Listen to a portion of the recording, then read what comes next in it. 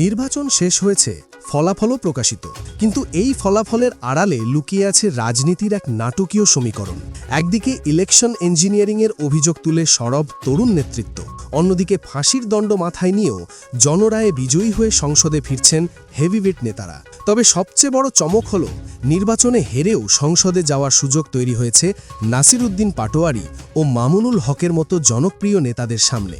কিন্তু কিভাবে? প্রচলিত নিয়মে ভোটে হারলে সংসদে যাওয়ার পথ বন্ধ হয়ে যায়, কিন্তু অন্তর্বর্তী সরকারের প্রধান ডক্টর মোহাম্মদ ইউনুস প্রবর্তিত রাজনৈতিক সংস্কার ও জুলাই সনদ অনুযায়ী দ্বিকক্ষ বিশিষ্ট সংসদ ব্যবস্থা চালু হওয়ার পথে।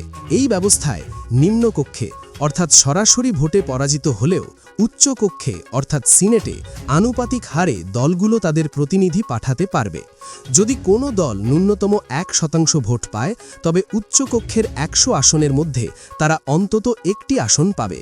সেই হিসেবে ন্যাশনাল সিটিজেন পার্টি এবং বাংলাদেশ খেলাফত মজলিস তাদের প্রাপ্ত দলীয় ভোটের অনুপাতে সংসদে প্রতিনিধিত্ব করার সুযোগ পেতে পারে।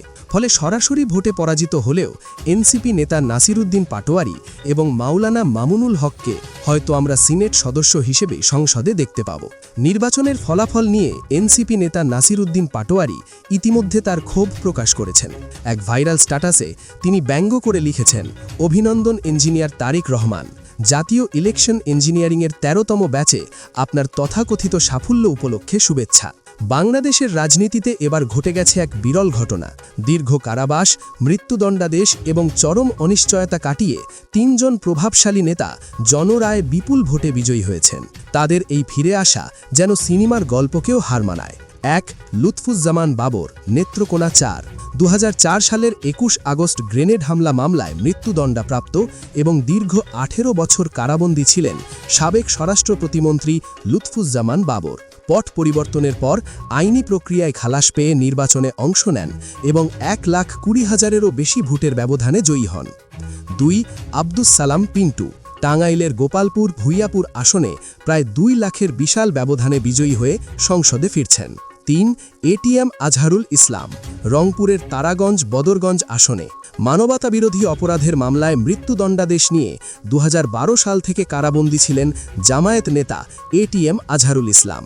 ফাঁসির মঞ্চের খুব কাছে থেকেও তিনি ফিরে এসেছেন এবং রংপুরের তারাগঞ্জ বদরগঞ্জ আসন থেকে সংসদ সদস্য নির্বাচিত হয়েছেন। বিশ্লেষকদের মতে, রাজনীতির মাঠ চিরস্থায়ী নয়।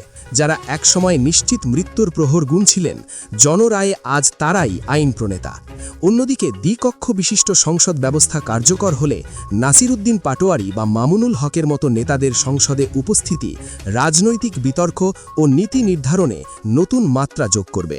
সংসদে দাঁড়িয়ে নাসিরউদ্দিন বনাম মির্জা আব্বাস কিংবা আসিফ মাহমুদ বনাম ইশরাক হোসেনের মতো দ্বৈরথ দেখার অপেক্ষায় এখন সাধারণ মানুষ। প্রিয় দর্শক, ডক্টর ইউনুসের সংস্কার প্রস্তাবনা অনুযায়ী উচ্চকক্ষ বা সিনেট পদ্ধতি কি বাংলাদেশে কার্যকর হবে? নাসিরউদ্দিন পাটোয়ারি ও মামুনুল হকের মতো নেতাদের কি আপনি সংসদে দেখতে চান?